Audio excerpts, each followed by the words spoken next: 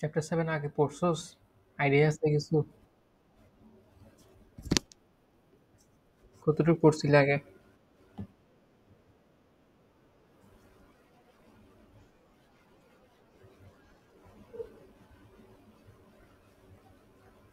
বুঝছিলি?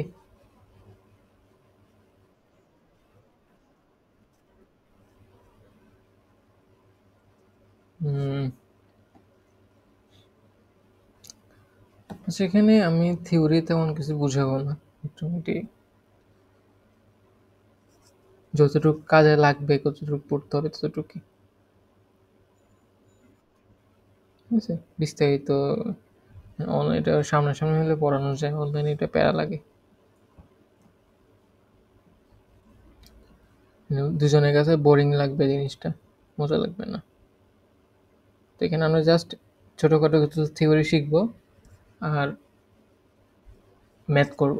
তো ম্যাথ করার জন্য যতটুকু থিওরি দরকার ওটা ওই ম্যাথ করার আগে একটু শিখে নেব। এরকম করে করে আগাবো। বুঝতে পারছস?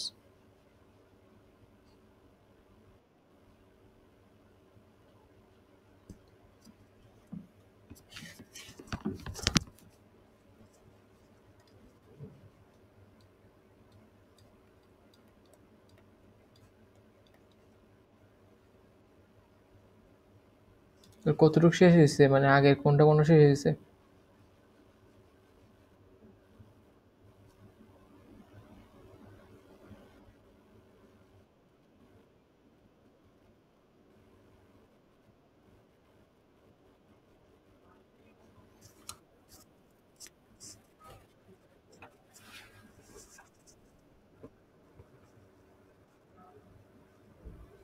আচ্ছা আমরা শুরু করি, শুরু থেকে শুরু করি।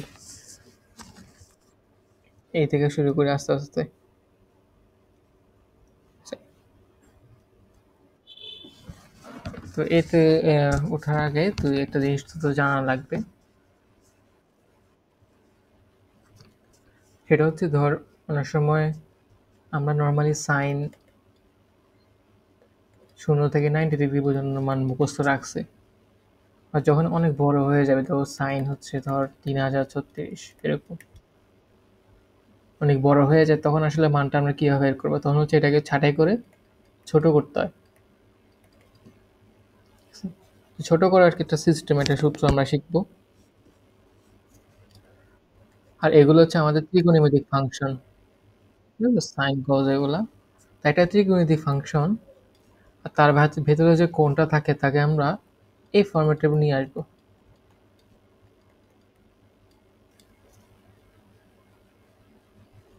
ঠিক আছে? সেখানে এন যদি জোড় হয়, তাহলে হচ্ছে আমি ত্রিকোণমিতিক ফাংশন যা আছে ওইটাই রেখে দিব, নো চেঞ্জ। এন যদি বিজোড় হয়,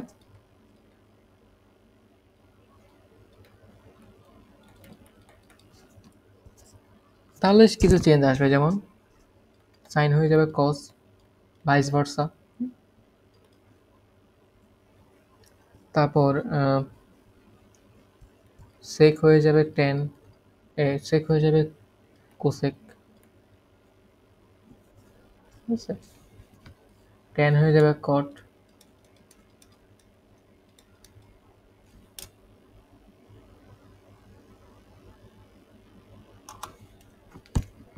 ঠিক আছে? এই চেঞ্জগুলো আসবে। ওকে? আর ওদের পজিটিভ নেগেটিভ প্লাস মাইনাস একটা চেঞ্জ আসবে। সেটা আসবে এই পুরো অ্যাঙ্গেলটার উপর ডিপেন্ড করে। পুরো অ্যাঙ্গেলটা যদি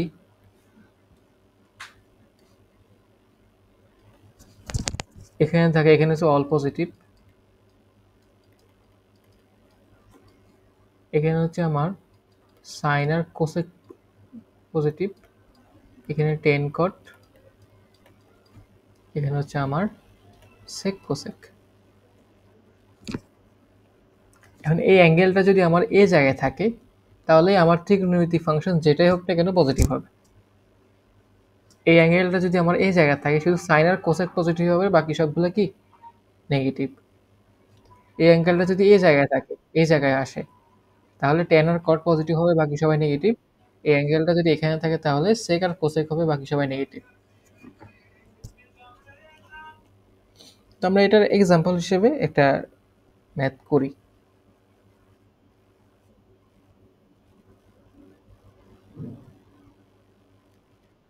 ধরো আমাকে বলে দিছে যে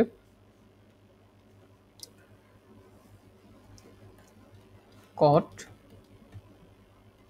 1575, কি এটার ভ্যালু বের করো। তা আমি তো cot এর ভ্যালু জানি না, এত ভ্যালু জানি না, তো আমরা এটাকে ছোট করার চেষ্টা করব। 1575 কে আমরা n π/2 প্লাস মাইনাস থিটা এই ফরম্যাটে নিয়ে আসার চেষ্টা করব। তাইলে 1500-এর কাছাকাছি এমন একটা সংখ্যা নেই যেটাকে n তো π/2 দেওয়া 90 আর কি, 90 দিয়ে ভাগ করা যায়।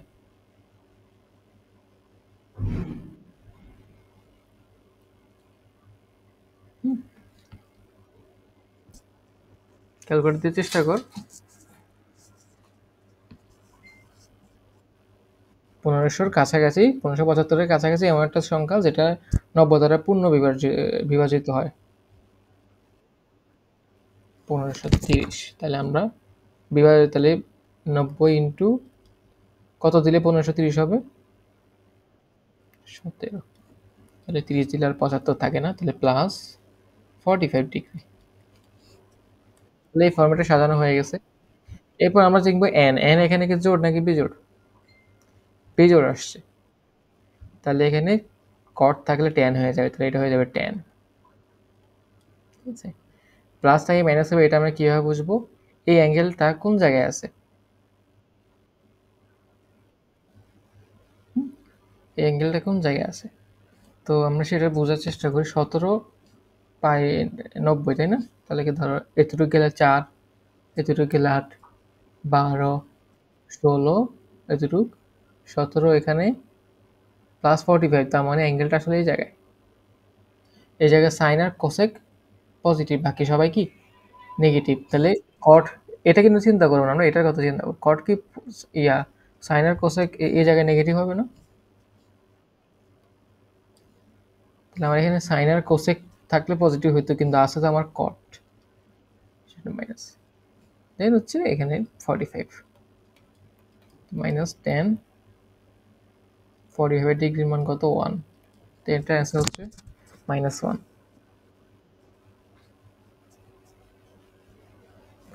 বুঝতে পারছোস?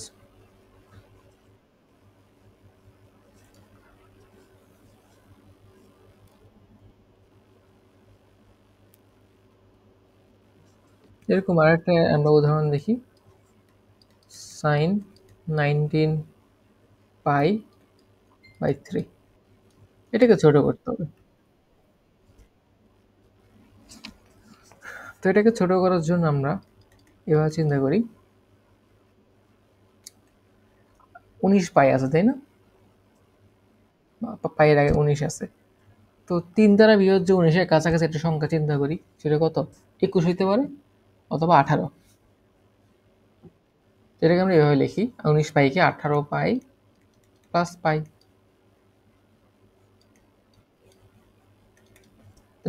3 আর 18 ভাগ দিলে কত আসে? সাইন 6 পাই, রাইট? আর এটা কত? প্লাস π/3। সাইন 6 পাই মানে হচ্ছে কি 12π/2। ওকে, তো 12 হচ্ছে জোড়, তাহলে সাইন সাইনে থাকবে। আর এটা কোন চতুর্ভাগে আছে এটা চেক করি। 12π/2 না, তাহলে একবার ঘুরে আসলে 4, দুবার ঘুরে আসলে 8, তিনবার ঘুরে আসলে 12। তো এতটুকু 12π/2, এরপর আছে π/3 যোগ আছে, তার মানে এই জায়গায় কোনো একটা অ্যাঙ্গেল। ঠিক আছে, তাহলে সেখানে কি সবাই পজিটিভ, তার মানে এটাও কি পজিটিভ হবে। সাইন π/3 মান কত? 3/2। বুঝছস? তো এরকম করে সলভ করতে হয় আর কি। তারপর এখানে যেহেতু তোমার এই সেক আর কোসেক নেগেটিভ আর কি। এটা যেহেতু এই অ্যাঙ্গেলটা মানে এই চতুর্ভাগের যে অ্যাঙ্গেলগুলা এগুলা আমরা এভাবেও চিন্তা করতে পারি। তো আমি যদি এই চতুর্ভাগে একটা অ্যাঙ্গেল চিন্তা করি এটা, যার ভ্যালু হচ্ছে থিটা, তাহলে ওটাকে আমরা মাইনাস থিটাও বলতে পারি। এই জন্য দেখা যায় আমাদের সেকের ভিতর যদি মাইনাস থিটা থাকে সেটাকে আমি প্লাস থিটা হিসেবে লিখতে পারি। কজের ক্ষেত্রে মাইনাস থিটা হলে সেটা কি কস থিটা হিসেবে লিখতে পারি।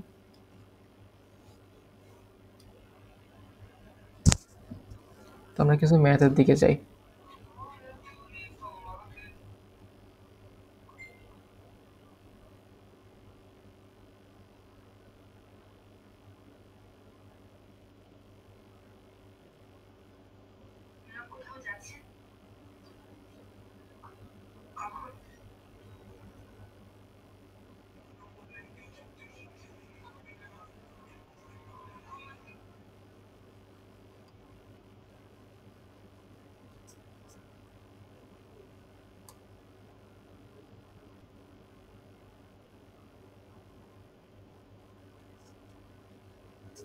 তো এটা দেখি, এটাতে আমার কি বলছে, cos 2n pi plus minus pi by 4 এর মান নির্ণয় করা, যেখানে n হচ্ছে পূর্ণ সংখ্যা। ঠিক আছে?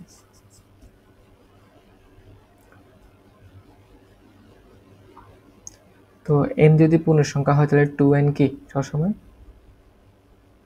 জোড় সংখ্যা, তাই না? ঠিক আছে, তার মানে এই পাইয়ের আগে সবসময় একটা জোড় জিনিসই থাকবে। তো পাইয়ের আগে জোড় জিনিস থাকলে আমার কস কজই থাকে।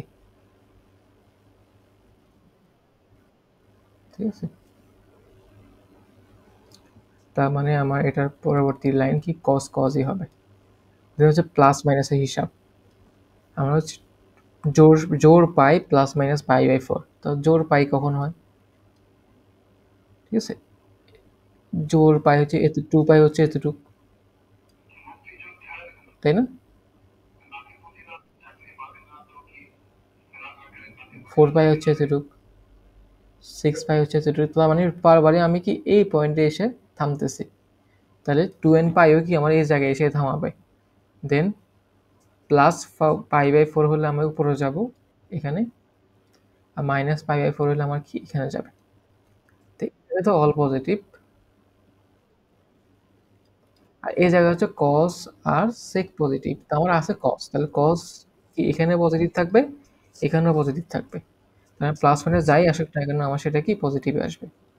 কস পাই বাই 4, এটা ভ্যালু কত 1 বাই √2। বুঝতে পারছস?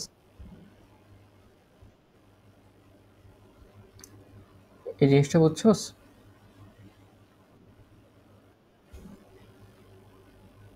তারপর একটা ম্যাথ দেওয়া আছে। তো এই ম্যাথগুলো সলভ করার জন্য আসলে ধরা বাঁধা কোনো নিয়ম নাই আসলে। জাস্ট করতে করতে একটা আইডিয়া হয়ে যায় যে কেমনে সলভ করতে হবে। ঠিক আছে, তো আইডিয়াগুলো তোমার একটু চিন্তা ভাবনা করে বাইর করতে হবে। তো দেখ এখানে সবচেয়ে ছোট কোণ হচ্ছে এটা, এর চেয়ে বড় কোণ এটা, এর চেয়ে বড় কোণ এটা, এর চেয়ে সবচেয়ে বড় কোণ এটা। তো আমাদের কাজই হচ্ছে বড় কোণটাকে কেটে কেটে ছোট করা, ছোট কোণটাকে আরো ছোট করার তো কোনো প্রয়োজন নেই। ঠিক আছে? তো আমরা এখানে এটাকে ছেড়ে বাকি সবগুলো ছোট করার চেষ্টা করব, সবচেয়ে ছোট করার চেষ্টা করব। তো 5 পাই বাই 12 যেটা, ওটাকে চেষ্টা করি আমরা একটু এসআইডি ম্যাথটা করি।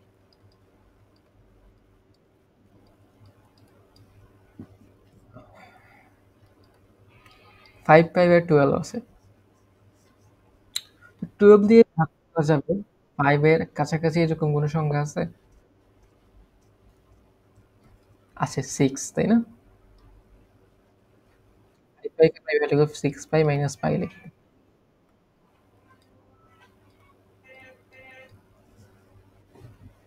12 দিয়ে ভাগ করা যাবে, 7 পাইয়ের কাছাকাছি কোনো সংখ্যা আছে? আছে, সেটাও কি 6 পাই।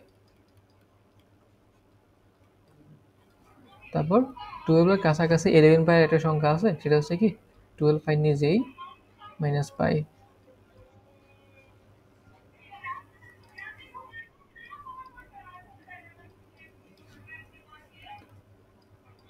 এটা হচ্ছে কি আসে π/12 মাইনাস π/2 মাইনাস π/12 আসে এখানে। এখানে কত আসে? π/2 প্লাস π/12।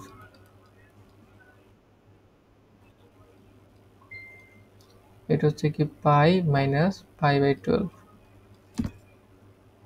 পাই মাইনাস π/12, ঠিক আছে এতটুক?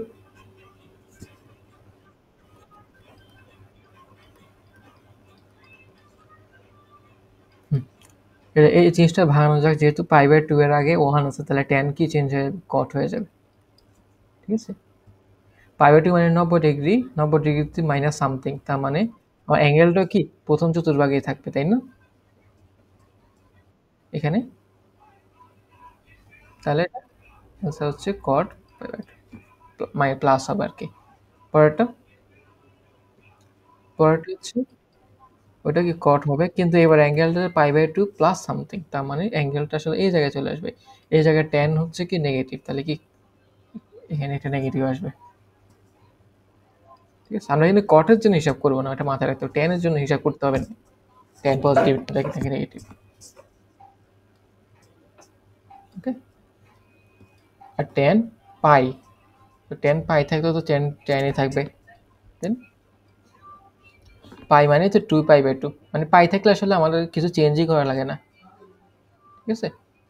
পাইটাকে যদি আমি ইয়ে চেঞ্জ করি, π/2 তে চেঞ্জ করি, তখন এই পাশে সবসময় পজিটিভ জোরই থাকে, ওকে? পাই যেহেতু আছে তো tan থাকলো, এরপর π/12, তো পাই হচ্ছে এই জায়গায় সামথিং যোগ, তার মানে এই জায়গায় অ্যাঙ্গেলটা এই জায়গাতে tan পজিটিভ, তাহলে কি tan এর মতো থাকলো, ঠিক আছে?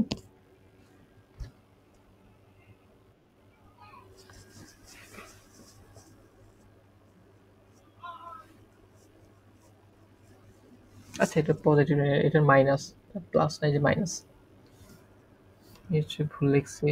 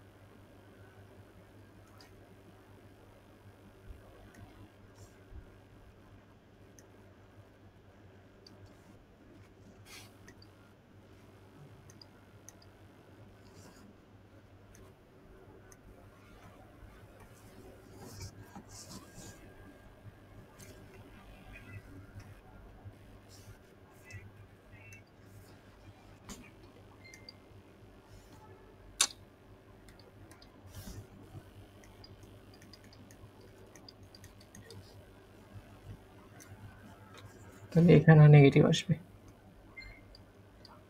ঠিক আছে? তো এই দুজন গুণ হয়ে 1 হয়, এই দুজন গুণ হয়ে কি 1 হয়, তাহলে কত হয়? অ্যান্সার হচ্ছে 1, বুঝতে পারছো? এখন আমরা যে নিয়মে ভাঙাইছি না, প্রত্যেকটা আমরা যদি এই নিয়মে ভাঙাই তাহলে ইজিলি হয়ে যায়। এই ম্যাথটা দিয়ে চিন্তা কর,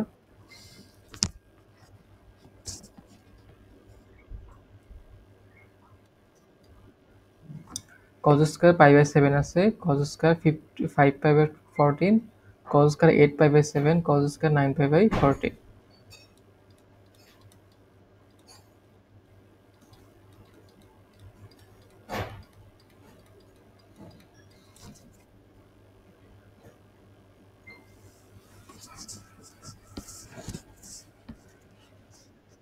তারপর হচ্ছে cos স্কয়ার 8π/7,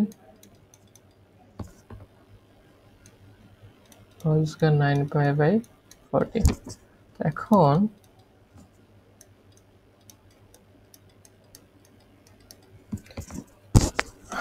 তো এটাকে 14 দ্বারা ভাগ করা যায়, এরকম কাছাকাছি সংখ্যা 5 এর কে আছে? অবভিয়াসলি 7, 7π মাইনাস 2π লিখি এই ম্যাটটার ক্ষেত্রে। 7 এর কাছাকাছি কি আছে? 7 ই আছে। 7 পাই প্লাস পাই লিখি। বুঝতেছস তো কেমনে ভাঙাইতেছে?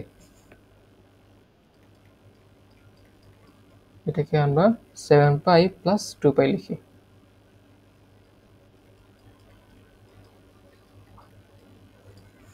একটু কষ্ট হইলেও ধর এইভাবে ভাঙাইলে হচ্ছে মানে জিনিসটা ভুল হওয়ার চান্স কম থাকে।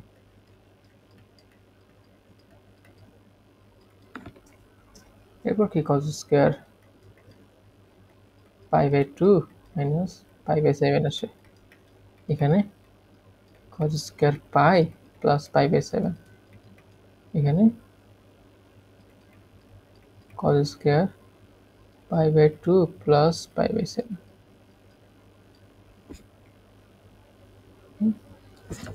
এরপর হচ্ছে এটা কি চেঞ্জ হবে না? পাই বাই 2 থাকলে চেঞ্জ হয় না? Sine square. এর আমরা প্লাস মাইনাস তো চিন্তা করতেছি না কারণ অলরেডি স্কয়ার আছে। তো প্লাস হইলেও কি না মাইনাস হইলেও কি? এখানে পাই আছে তাহলে নো চেঞ্জ। এখানে পাই বাই 2 আছে তাহলে কি এটা কি সাইন স্কয়ার হয়ে যাবে।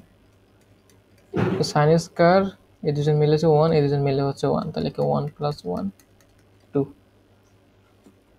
বুঝছস? এরপরে এই ম্যাথটা দেখ। উদাহরণ 4। যেমন ছোট হয়ে গেছে না?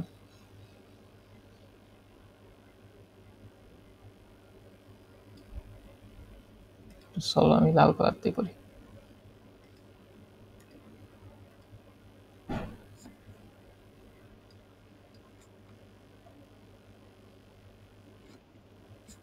তো দেওয়া আছে আর tan equal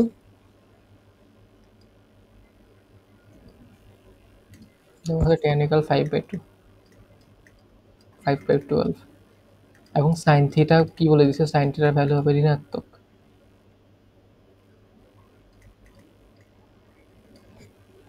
তবে sin theta cos minus theta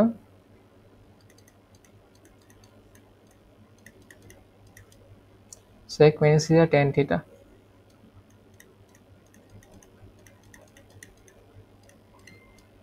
বুঝছে? এগুলো এটার একটা ভ্যালু বের করতে বলছে। তো sin থিটা হচ্ছে ঋণাত্মক আর tan থিটার ভ্যালু হচ্ছে 5 by 12। তো এটা নিয়ে আমরা একটা ত্রিভুজ আঁকি। tan থিটার ভ্যালু 5 by 12, এটা আসলে কোন ত্রিভুজ থেকে আসছে? এটা নিশ্চয়ই এরকম একটা ত্রিভুজ থেকে আসছে যেখানে হচ্ছে থিটা, ঠিক আছে, যেখানে tan থিটা মানে কি লম্ব হয় ভূমি না, যেটা লম্ব হচ্ছে 5, ভূমি হচ্ছে কত 12। তাহলে এটা যদি থিটা হয়, লম্ব যদি 5 হয়, ভূমি যদি 12 হয়, তাহলে আমার অতিভুজ কত হবে 13 হবে, তাই না?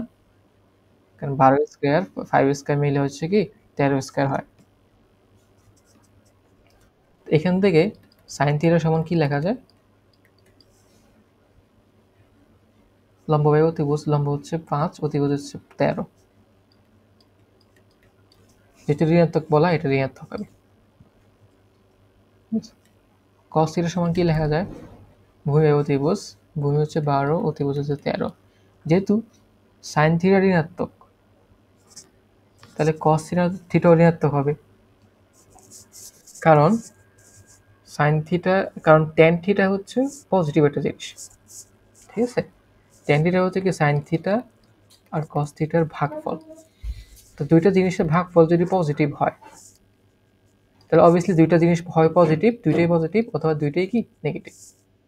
আমার তো সাইন থিটা নেগেটিভ বলে দেওয়াই আছে, তাহলে কি cos থিটাও কি নেগেটিভই হবে। বুঝছস? cos থিটা নেগেটিভ হলে sec থিটা কি সেটা কি নেগেটিভ, কারণ cos এর উল্টাই হচ্ছে sec থিটা। আচ্ছা, এভাবে চিন্তা করতে পারি অথবা এভাবে চিন্তা করতে পারি যে রেঞ্জে থিটার, যে রেঞ্জের মধ্যে সাইন থিটা নেগেটিভ, ওই রেঞ্জের মধ্যে cos থিটাও নেগেটিভ। আমরা যদি ওই গ্রাফ নিয়ে হিসাব করি, আমরা সাইন থিটার গ্রাফটা যদি দেখি, সাইন থিটাটা হচ্ছে এরকম, ঠিক আছে?